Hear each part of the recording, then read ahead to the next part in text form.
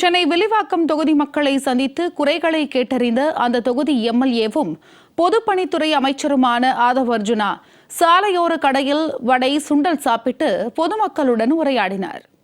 தொகுதிக்கு உட்பட்ட ஐனாவரம் மேட்டுத் தெருவில் 35 ஆண்டுகளாக தீர்க்கப்படாமல் இருந்த மின் மாற்றி விவகாரத்தை தீர்த்து வைத்துள்ள நிலையில் அதை பார்வையிட்டார். பின்னர் தெருக்களில் சென்று மக்களின் குறைகளை கேட்டறிந்தார். தொடர்ந்து செய்தியாளர்களிடம் பேசிய அவர், வில்லிவாக்கம் பகுதியில் உள்ள முக்கியமான பிரச்சினை குடிநீரில் கழிவுநீர் கலந்து வருவது இதுபோன்ற பிரச்சினைகளை உடனடியாக தீர்க்க வேண்டும் என்று தெரிவித்துள்ளார். எனவே கழிவுநீர் சிஸ்டத்தை முழுமையாக மாற்ற தனியாக நிதி ஒதுக்கி சரி செய்ய வேண்டும் என்றும் அதற்கான முயற்சிகள் எடுக்கப்படும் என்றும் அமைச்சர் ஆதவ் அர்ஜுனா தெரிவித்துள்ளார்.